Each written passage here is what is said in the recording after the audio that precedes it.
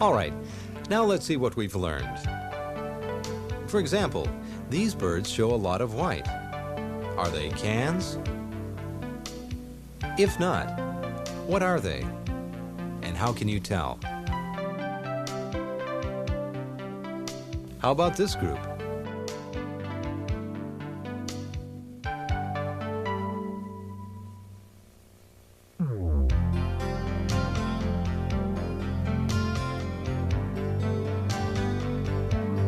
The canvasbacks in this shot should be familiar to you now. But are they all cans? Or is there something else mixed in here? And finally, more cans. But what's this fourth one?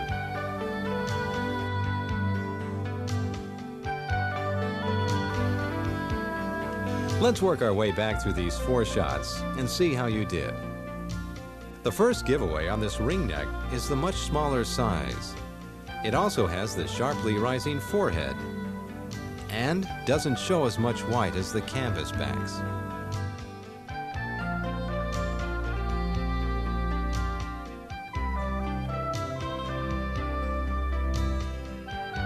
The male cans in this shot shouldn't be too much trouble to identify.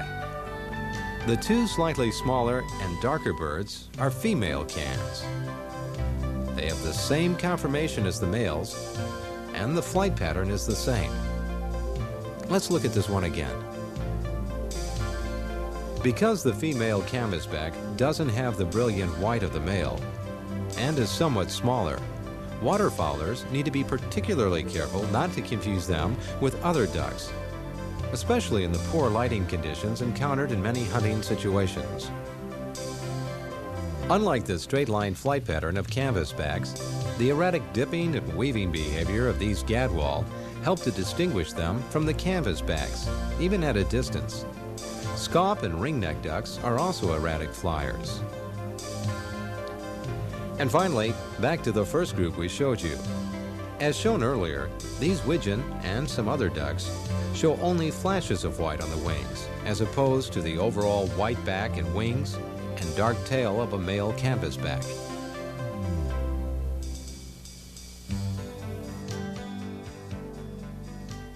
Remember, if you want to become good at duck identification, you must put in a lot of practice, in the field. It may seem hard at first, but the more often you get out with binoculars in hand, the better you'll get. With canvasback populations still low, individual waterfowl hunters can do the following to help these magnificent birds. Know your ducks.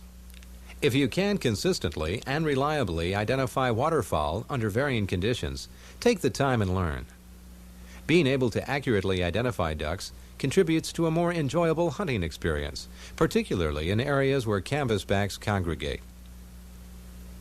Practice under differing light, weather, and plumage conditions whenever canvasbacks are in your area. Sharpen your own skills while at the same time breaking a youngster into waterfowl hunting, yours or someone else's.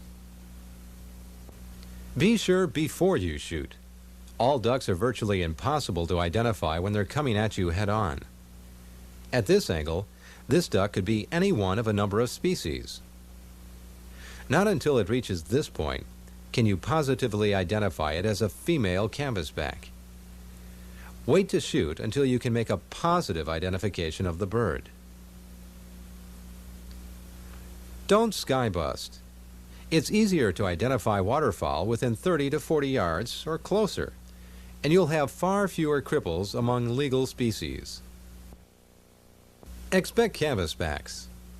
With the decline in the density and distribution of wild celery beds, canvasbacks are being forced to feed in shallow marsh areas, not just in open water. Share your concern. Tell others of the plight of the canvasback, and help hunting partners with identification.